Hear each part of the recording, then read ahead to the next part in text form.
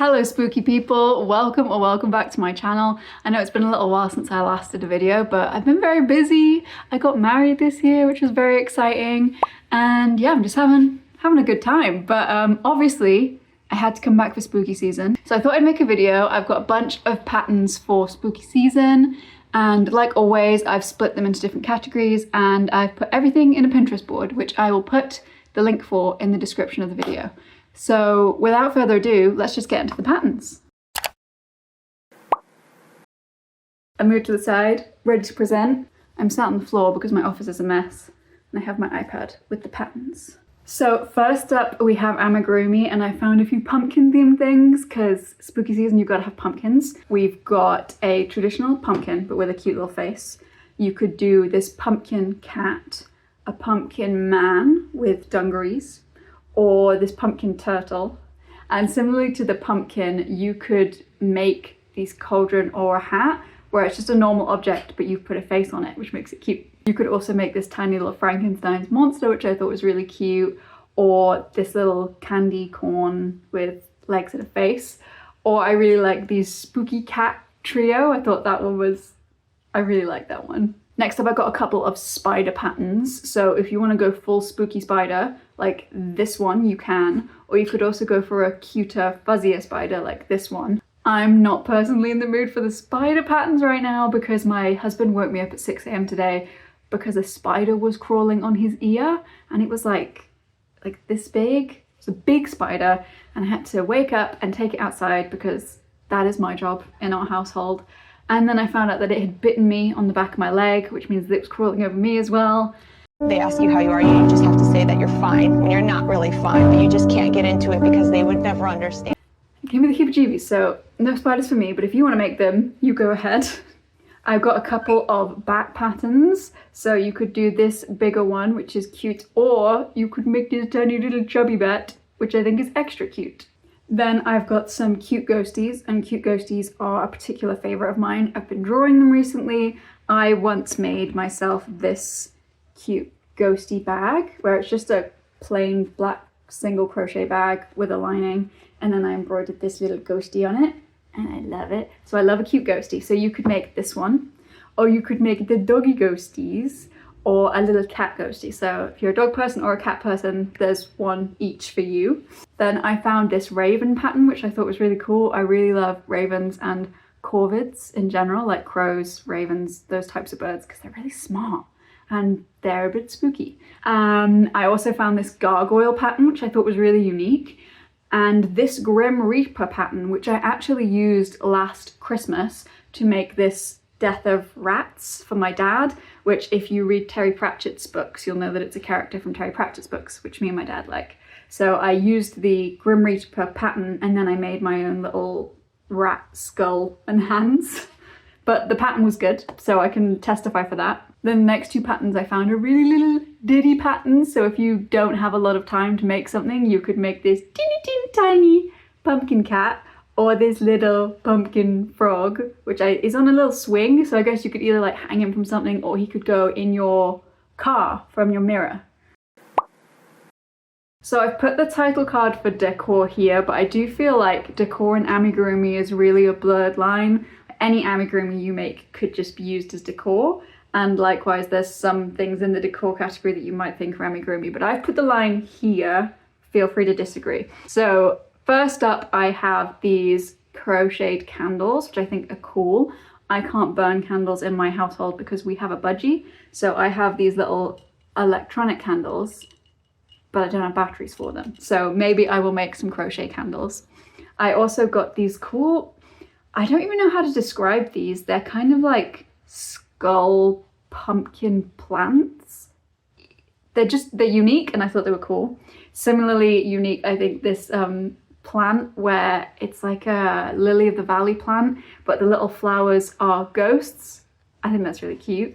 And also I just had a thought that you could make this, and then when it's the rest of the year, if you use tiny safety eyes for the ghost's eyes, you could just take the eyes out for the rest of the year, and then when it gets to spooky season, you could put the eyes in and turn the flowers into little ghosts. So it's like year-round decor that becomes spooky, which I like. Quick pause in the video because as a gamer girly, I am very excited to say that this video is sponsored by Apricity. Since you are watching this specific video, I'm going to assume that you, like me, are a big fan of a cozy, spooky vibe, and that is exactly what this game brings to the table. Apricity brings you on an adventure through a world inspired by real English heritage. You can explore overgrown canals and ruins, forage for powerful mushrooms, and fight the mysterious creatures that lurk in the shadows. It's got all the farming, baking, and fishing elements we love to see in a cozy game, but set in a unique and spooky world. I've been lucky enough to get to see this game being made over the last couple of years, and I cannot wait to play it when it comes out next year. So if you're interested, head to the link in the description to add it to your wishlist on Steam. Thanks again to Apricity for sponsoring this video, and now we will get back to the patterns. Next up, I've got a couple of little hanging decorations. So I mentioned that frog before could go in your car. This one is specifically designed to go in your car. And there's also these little hanging plant pot things, which again would look cute in your car or on a bookshelf, wherever you want to put them. The next two patterns I thought would be cool to put in with like a trick or treat bowl. So you could make these little potions or these eyeballs are pretty spooky. I made an eyeball for my friend Alicia. I'll try and put a picture of that up. She just likes eyeballs. Can't really explain why she likes eyeballs, so I made an eyeball keyring for her and it was really easy and quick. So again, I can testify that that one is good. I'm realizing that I've made more things on this list than I realized when I started this video, but that's not particularly surprising given how much I like cute spooky things. Anyway, if you like spooky season for more of the cute pumpkin spice latte vibes than the ghost vibes, then you could make this, again, amigurumi pillow, with however you want to use it. I think if you make it this big, it's kind of, you could use it as a pillow, but it's a big pumpkin spice drink, which is cute. Or you could make this granny square pumpkin, which is cute and cozy. Similarly on the pillows, but on a spookier vibe, you could make this headstone pillow, or this cat x-ray skeleton pillow, or this little ghost pillow. You could also make some cute or spooky pot holders. So this pattern has a few different options in there. The ghost is cute, the eyeball's a bit spooky. You can choose your level of spookiness. Just make sure that you use the right yarn, because if you use acrylic yarn on something that's going to touch something hot, it'll melt. So be careful with that. I then found this noughts and crosses tic-tac-toe board made up with these little cats and ghosts. I thought that was really cute. You could also make a wall tapestry. So there are, of course, loads of graph patterns out there that you could use to make one of these. You can make your own graph patterns, but here's a couple ones that I thought were cute. There's this skull one, which is given sort of boho vibes, or this one is my favorite because it's a spooky season with a cute ghost on a pink background that's kind of just made for me. Then next up, I've got some sort of decor garland ideas. So you could make this one where it's all different decorated triangles. You could make this one where it's like a cobweb trim that you can hang up. You could do this cute black cat pattern, or you could make some of these maple leaves and make more of a autumnal decoration rather than a Halloween decoration. Finally, in the decor category, I've got some coasters for you. So I found this Beetlejuice inspired one, which I thought was quite cool, and this spider web one. And then finally, this one's a bit like those flower coasters where it looks like a flower trim when the coaster's out and you scrunch it up and it goes in a pot, except it's brains. So it's spooky. So I thought that was a really cool idea, and I like that they've made one of the little teeth golden. It's got a bit of a pirate twist. So that then leads me into my granny square category, because really any granny square can be a coaster if you use the right yarn and it's not too 3D so your mug doesn't fall over. So I found some granny square patterns for eyeballs, pumpkins, skulls, cobwebs, bats. I really like the colours they chose on this. And of course, spooky ghosts. And then when I was doing my research into this, so I was looking at my iPad down here, I found that a few creators who make these kind of spooky granny square patterns will make a few of them. So it's worth, if you find one that you really like, it's worth looking into that creator. So for example, I found this cute cauldron one, and then I looked into the creator, who is Rafa Musa Designs, and they've also made this cool one. Likewise, I found this witch hat one, and when I looked into the creator, I found that they've also got this bat square, and this would be good if you're looking to make something out of your granny squares, but you want them to be consistent, because if they're made by the same creator, then they're probably going to have more consistency than if you've pulled them from different places. So speaking of making things with granny squares, you could of course make some clothing out of them, like this cardigan that's made using a skull granny square pattern. But if you like the idea but not the skull, you could of course swap it out for another granny square, spooky or not, and make it that way. I was thinking of making a video about all different things you can make using granny squares, so if you're interested in seeing that, let me know in the comments. So in the clothing category, I've also found a few cool ideas that use graph patterns, like this vest with a skeleton on it, or this jumper with a, what's called a skull moth. Or I really like this like pumpkin jack-o'-lantern split color jumper. I thought that was really cool. And I know this isn't strictly spooky season, but I feel like it's got a similar vibe. So I've put this flame pattern in there, which I think is very cool. Then I've also found a few clothing items that are spooky because of their shape, like this top that has bat wings, or this top that looks like a big spider web, or this one that's a little bit more subtle that's just got some skull patterning and a stripe. And again, for those of you who want spooky season because it's cute and cozy pumpkins rather than it's skulls and bats, you could make this pumpkin jumper or this little pumpkin patch skirt, or you could go just full vibes and just make a nice granny square jumper in some autumnal colours.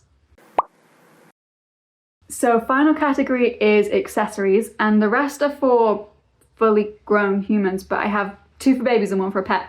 So first up is this little spider lovey thing for a baby.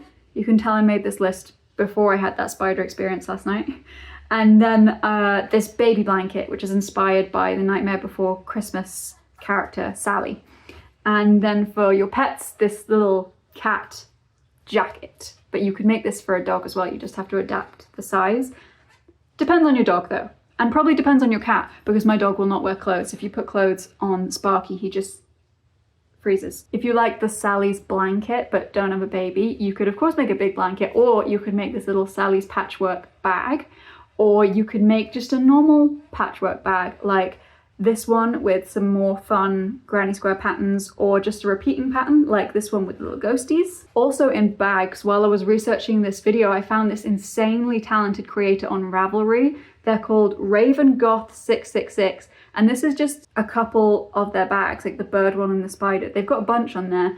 They're just so detailed and cool. But if you want something a bit more simple, you could also make this little cup cozy. They're very quick to make, and it's got a little ooze pattern, and you can have fun with the colors. Or you can make yourself a scarf where the actual crochet back and forth is pretty simple, but it's a bit of a challenge because of the graph pattern that makes the ghost. Next up, I found this pattern for a bandana that uses the skull granny square, or you could make these wrist things, wrist warmers.